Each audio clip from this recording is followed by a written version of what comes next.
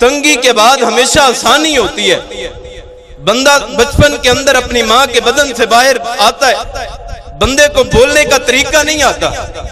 بندے کو اپنے ماں باپ کی، بہن بھائیوں کے، رشتہ داروں کی پہچان نہیں ہوتی۔ جب تجھے چلنا نہیں آتا تھا،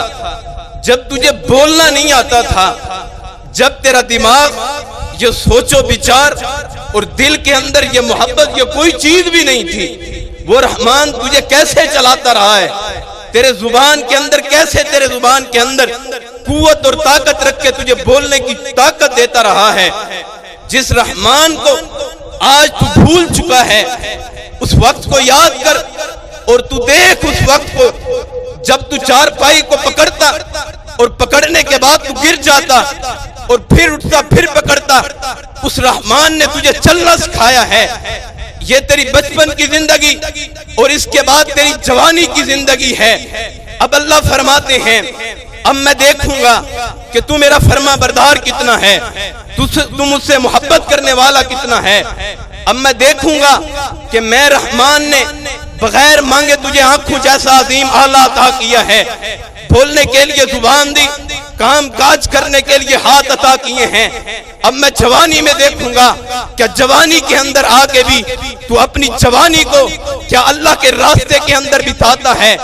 یا اپنی جوانی کو بدکاری کے اندر، فحاشی کے اندر، عریانی کے اندر، بغیرتی کے اندر بسر کر دیتا ہے۔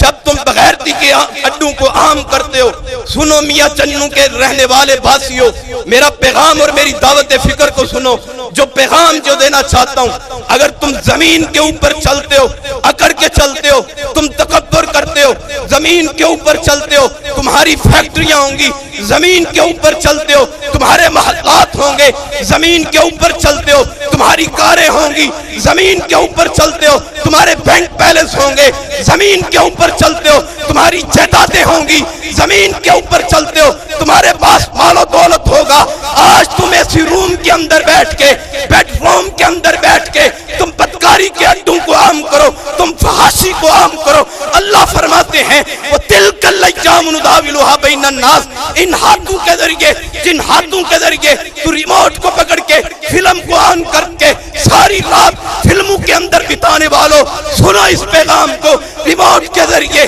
اپنے موبائلوں کو پکڑ کے ساری رات گندگی میں بسر کرنے والوں، گناہ کے اڈوں کو قائم کرنے والوں، بدکاری کو عام کرنے والوں، اللہ فرماتے ہیں اے میرے بندے، آنکھوں جیسا عظیم نور تجھے میں نے عطا کیا ہے۔ اگر تیری جوانی کے اندر بھی اس آنکھوں جیسے عظیم نور کو اگر میں چھین لوں تو خدا کی قسم کائنات کے سارے ڈاکٹر مل جائیں، ساری کائنات کے انسان مل جائیں، ساری کائنات کے سیاستدان مل جائیں، ساری کائنات کے سائنسدان مل جائیں، آنکھوں کے اندر وہ آلہ جو نور کا، جو دیکھنے کا اللہ نے رکھا ہے، اگر وہ اللہ آلہ چھین لے تو ساری کائنات کے لوگ اس آلے کو واپس نہیں لا سکتے۔ تو کیسے گناہ کے اڈوں کو عام کرتا ہے، کیسے تو بدکاری کو عام کرتا ہے، کیسے تو فحاشی کو عام کرتا ہے۔ آج تو اپنے گھروں کے اندر بیٹھ کے اپنے بچوں کی یہ تربیت کرتا ہے،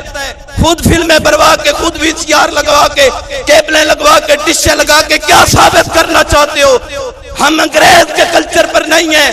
ہمارا مرنا اور جینا محمد رسول اللہ صلی اللہ علیہ وسلم کی ذات کے لیے اور ہمارا ایمان ہے۔ وَتِلْكَ الْأَيَّامُ نُدَاوِلُهَا بَيْنَ النَّاسِ، دن سدا بہار ایک جیسے نہیں رہتے۔ آج تم بدکاری کو عام کر جاؤ گے، اپنے بیٹوں کو، اپنی بیٹیوں کو اداکار بنا جاؤ گے، اپنی بیٹی اور بیٹیوں کو سکول کی تعلیم دلوا جاؤ گے، قانون کے پیغام کو عام کرنے والا بنا جاؤ گے۔ آج بیٹی، نوجوان بیٹی کے ہاتھ کے اندر موبائل ہے، فیس بک چلا رہی ہے، ویڈ میٹ چلا رہی ہے، ٹک ٹاک کا استعمال کر رہی ہے، فیس بک کا استعمال کر رہی ہے۔ وہ نوجوان بیٹی جسے چلنا تھا امی عائشہ کی سیرت کے اوپر، جسے چلنا تھا اما فاطمہ الزہرا رضی اللہ تعالی عنہا کی سیرت کے اوپر چلنا تھا، وہ بدکاری کو عام کر رہی ہے، اپنی فحاشی کو عام کر رہی ہے، ٹک ٹاک کی صورت کے اندر، ویڈ میٹ کی صورت کے اندر، واٹس ایپ کی صورت کے اندر۔ اس بیٹی کو یہ بک استعمال نہیں کرنی تھی، بلکہ اسے امی عائشہ کے کلچر پہ چلتے ہوئے اسے قرآن کی بک کو استعمال کرنا تھا یا حدیث کی بک کو استعمال کرنا تھا۔